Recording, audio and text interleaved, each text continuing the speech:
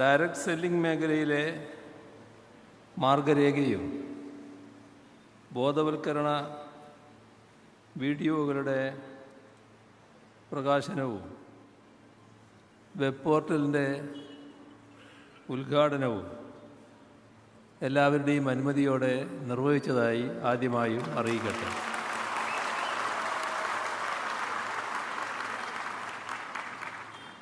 സാങ്കേതികവിദ്യയുടെ വികാസം വലിയ തോതിൽ വർദ്ധിച്ചുകൊണ്ടിരിക്കുന്നൊരു കാലമാണ്. അതനുസരിച്ച് വാണിജ്യ സമ്പ്രദായങ്ങൾക്കാകെ പ്രാധാന്യം വർദ്ധിച്ചു വരുന്നൊരു കാലത്താണ് നാം ജീവിക്കുന്നത്. മുൻപൊക്കെ ഒരു വ്യാപാര സ്ഥാപനത്തിലേക്ക് ചെല്ലുന്നു, അവിടെ നിന്നും ആവശ്യമായ സാധനങ്ങൾ വില കൊടുത്ത് വാങ്ങുന്നു. ഇതായിരുന്നു ഉപഭോക്താവിൻ്റെ സമീപനം. എന്നാൽ ഇന്ന് ആ നിലയിൽ നിന്നും ഉപഭോക്താവും വിപണിയും എല്ലാം മാറിയിരിക്കുകയാണ്. ഇന്നൊരൊറ്റ ക്ലിക്കിൽ നമ്മുടെ വീട്ടുപടിക്കൽ സാധനങ്ങൾ എത്തിച്ചേരും.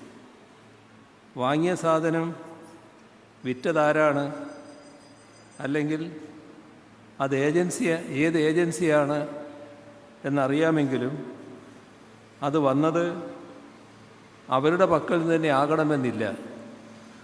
സാധനം ഡിസ്പ്ലേ ചെയ്യപ്പെട്ടത് മറ്റെവിടെ നിന്നെങ്കിലും ആയിരിക്കാം. ഇത്തരത്തിലുള്ള വലിയ മാറ്റങ്ങൾ ഉണ്ടാകുന്നത് കൊണ്ട് തന്നെ ഉപഭോക്താക്കളുടെയും വ്യാപാരികളുടെയും ഉൽപ്പാദകരുടെയുമൊക്കെ അവകാശങ്ങൾ ഉറപ്പാക്കേണ്ടത് പ്രധാനമാണ്. അതിന് ഏറ്റവും പ്രധാനമാണ് വിപണിയിൽ സുതാര്യത ഉറപ്പുവരുത്തുക എന്നത്. അതിനുതകുന്ന ഇടപെടലുകളാണ് ഇവിടെ ഉദ്ഘാടനം ചെയ്യപ്പെട്ട പരിപാടികൾ. ആ നിലക്ക് നമ്മുടെ രാജ്യത്തിന് തന്നെ മാതൃകയാകും വിധത്തിൽ സംസ്ഥാന സർക്കാർ നടത്തിവരുന്ന വിപണി ഇടപെടലുകളുടെ മറ്റൊരു ദൃഷ്ടാന്തമാണിത് എന്ന് പറയാം. വിതരണക്കാരുടെ ശൃംഖല സൃഷ്ടിച്ച് ഉൽപ്പന്നങ്ങളും സേവനങ്ങളും നേരിട്ട് ഉപഭോക്താക്കളിൽ എത്തിക്കുന്ന രീതിയാണല്ലോ ഡയറക്റ്റ് സെല്ലിംഗ്. ഇതിൻ്റെ ഭാഗമായി നിരവധി അവസരങ്ങൾ ഉയർന്നു വരുന്നുണ്ട്. അതേസമയം ഇതിൻ്റെ പേരിൽ നിയമവിരുദ്ധ പ്രവർത്തനങ്ങൾ വർദ്ധിക്കുന്നതായും കണക്കുകൾ സൂചിപ്പിക്കുന്നു. ഇത് കണ്ടുകൊണ്ടാണ് 2018 സംസ്ഥാന സർക്കാർ ഡയറക്റ്റ് സെല്ലിംഗ് മേഖലക്കായി മാർഗനിർദ്ദേശങ്ങൾ പുറപ്പെടുവിച്ചത്.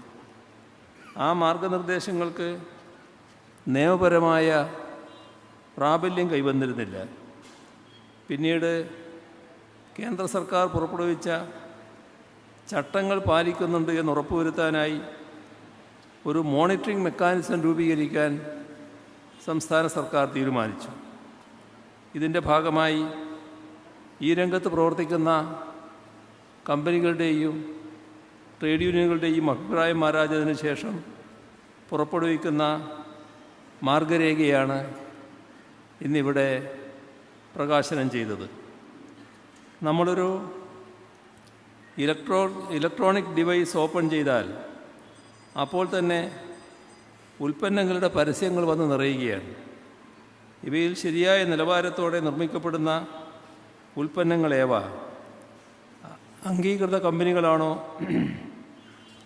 അവ നിർമ്മിക്കുന്നത്, അതേപോലെ തന്നെ അംഗീകൃത രീതിയിലാണോ അവ വിൽക്കപ്പെടുന്നത്, ഇതെല്ലാം സംബന്ധിച്ച് നമുക്ക്